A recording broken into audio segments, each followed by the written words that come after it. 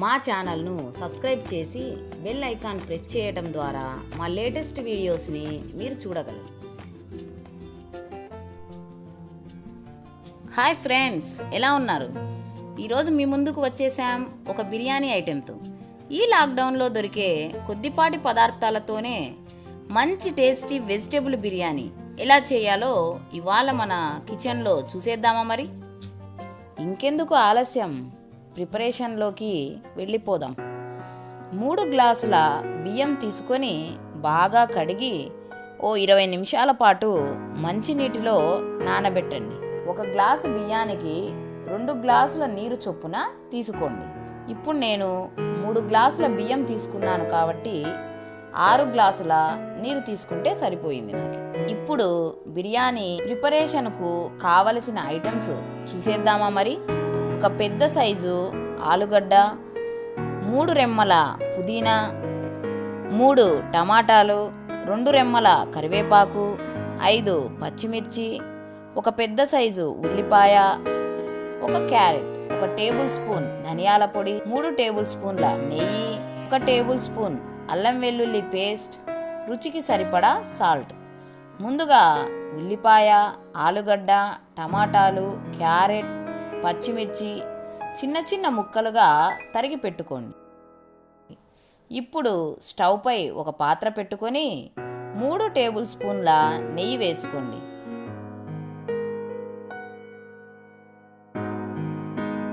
నెయ్యి కొద్దిగా వేడెక్కిన తర్వాత ఆవాలు వేసి చిటపటలాడేటప్పుడు తరిగి ఉంచుకున్న ఉల్లిపాయలు, పచ్చిమిర్చి, కరివేపాకు వేసి లో ఫ్లేమ్లో 1 నిమిషం పాటు వేయించుకున్న తర్వాత దీనికి కొన్ని జీడిపప్పులు, ఎండు ద్రాక్ష కలుపుకొని తరువాత తరిగి ఉంచుకున్నటువంటి ఆలుగడ్డ, క్యారెట్ కూడా కలుపుకోవాలి. దీనికి 1 టేబుల్ స్పూన్ అల్లం వెల్లుల్లి పేస్ట్, 1 టేబుల్ స్పూన్ సాల్ట్ కలుపుకొని మీడియం ఫ్లేమ్లో 10 నిమిషాలు వేయించుకోండి.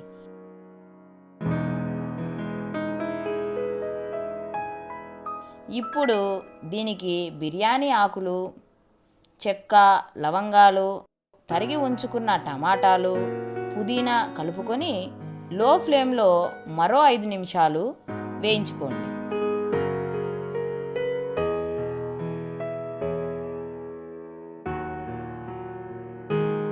ఇప్పుడు దీనికి 1 టేబుల్ స్పూన్ ధనియాల పొడి కలుపుకొని పచ్చివాసన పోయే వరకు వేయించుకున్న తర్వాత ముందుగానే నానబెట్టి ఉంచుకున్న బియ్యాన్ని ఈ మసాలాలోకి కలుపుకొని పెద్ద సైజు గరిటెతో బియ్యానికి మొత్తం మసాలా పట్టేలాగా బాగా కలియబెట్టాలి.